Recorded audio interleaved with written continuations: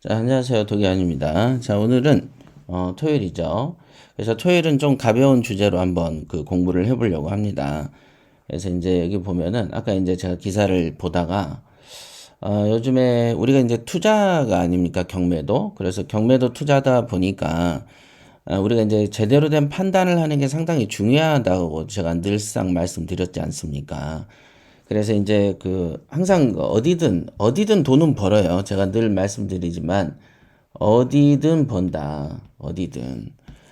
그 돈을 얼마나 버느냐, 언제까지 버느냐, 안정적으로 버느냐, 불안정적으로 벌다가 망할 것이냐. 이 차이가 조금 있을 뿐이죠. 그래서 이제 그 제가 말씀드렸지만 이 주식 같은 경우는 금방 그 금년에도 막 엄청나게 쳐 올랐잖아요. 하지만 이게 상식적으로 생각해 보세요. 코로나 때문에 전 세계가 엉망진창인데 주식에 어떤 내재 가치가 있어서 올랐을까요? 아니죠. 자, 그럼 그게 논리적으로 아니라고 생각이 들면 그곳에 들어가지 않거나 들어가더라도 몸을 굉장히 조심해야 되겠죠. 더 민첩해야 되고. 근데 남이 가니까 나도 간다라는 방식으로 가면은 반드시 손해가 있을 것이다. 요거는 뭐 그 어떤 분석적 차원에서도 너무 당연한 말이죠. 자, 그러면은 주식보다 더 위험한 비트코인. 최근에 이제 테슬라의 그 사장이 그 비트코인에 엄청나게 투자했다가 돈은 벌었죠. 비트코인이 올라가니까. 근데 이제 최근에 급락을 했어요. 며칠 사이에. 그러니까 이번엔 테슬라 주식까지 같이 떨어지죠. 왜냐면 테슬라의 자본으로 비트코인을 사니까 비트코인이 폭락하면 테슬라 주식도 같이 떨어지는 거죠. 그래서 이 사람이 이제 점점 갑자기 돈을 버니까 이제 갈 때가 돼서 저러는구나 라는 생각이 들 정도로 조금 책임감 없이 행동하는 거 아닌가 이런 생각도 조금 해봤습니다. 그래서 비트코인 특히 항상 이렇게 그 경제가 혼란스러울 때는요, 오히려 근신하셔야지. 차라리 안 하고 말지언정 그 여러분들이 이제 이거를 남이 돈 번다고 따라가는 방식으로 우리가 근신하지 않는 것은 굉장히 위험한 행동에 속한다라고 볼 수 있습니다. 그래서 최근에 이제 비트코인 올라가니까 막 이제 투자를 또 했잖아요. 근데 비트코인은 어쨌든 국가가 통제하는 시스템이 아니기 때문에 얼마든지 주식보다 더 심한 어떤 작업의 대상이 될 수가 있고 여러분들이 작업에 당하는 거죠. 주가 조작하듯이 주가 조작하다 걸리면은 국가가 통제라도 하는데 이쪽은 주가 조작 그 비트코인 조작하다가 걸린다고 해서 국가가 건들거나 하진 않죠. 지금은 아예 뭐 어떤 뭐가 없잖아요. 아무것도 없는 상태거든요. 자, 그래서 지금 보면은 비트코인으로 이제 투자했다가 망한 사람 얘기가 있나 봐요. 그래서 이 사람이 이제 개인회생 신청을 했나 봐요. 망해서.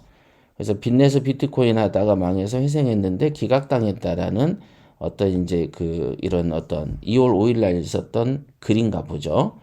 기사의 입력 시간은 27일이니까 바로 오늘이죠.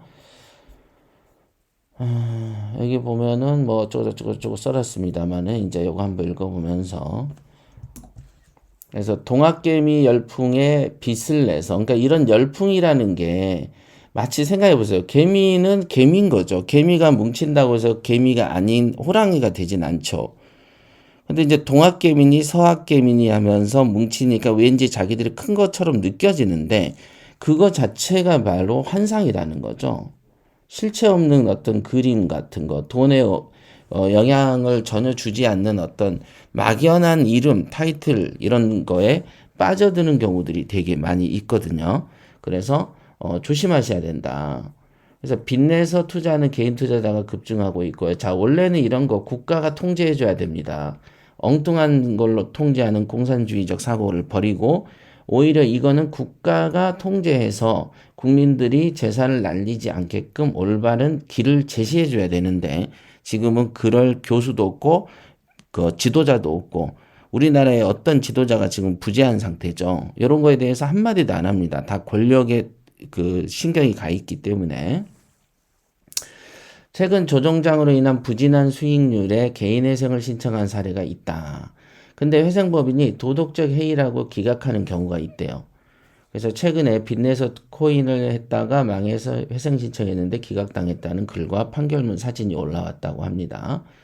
개인회생 제도는 이 개인회생이라는 건 말 그대로 개인 채무자가 향후 수입을 얻을 가능성이 있을 경우에는 정해진 기간 동안 일정 금액을 변제하면 나머지를 면제받는 거예요. 그러니까 요거는 신용불량이 아닙니다. 이제 우리가 흔히 아는 파산하고 좀 구별을 하셔야 돼요.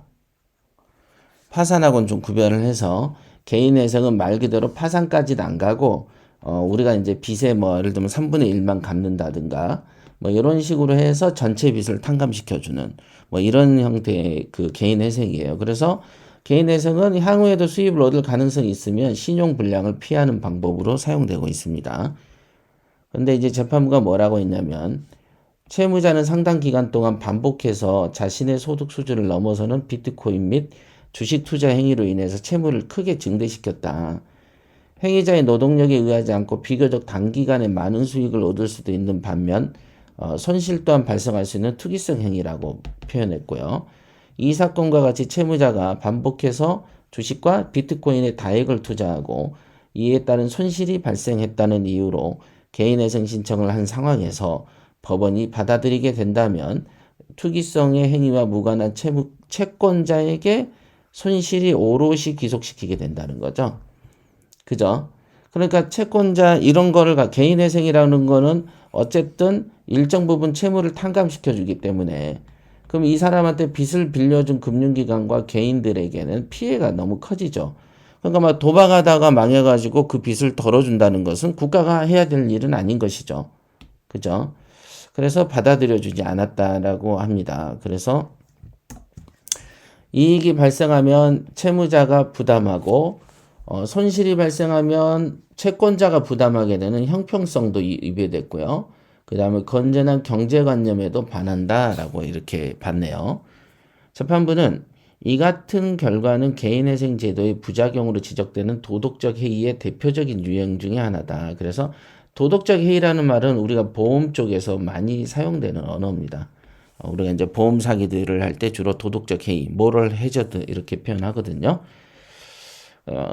사건마다 다르기 때문에 주식하고 비트코인 등 투자로 인한 손실에 대해서 회생이 안 된다고 일반화하기는 어렵죠.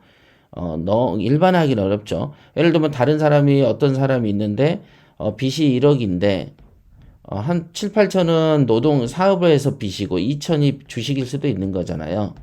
근데 지금 이 사람 같은 경우는 누가 봐도 상당히 사행성 높은 곳에 투자하면서 손해를 끼친 그런 것 같습니다.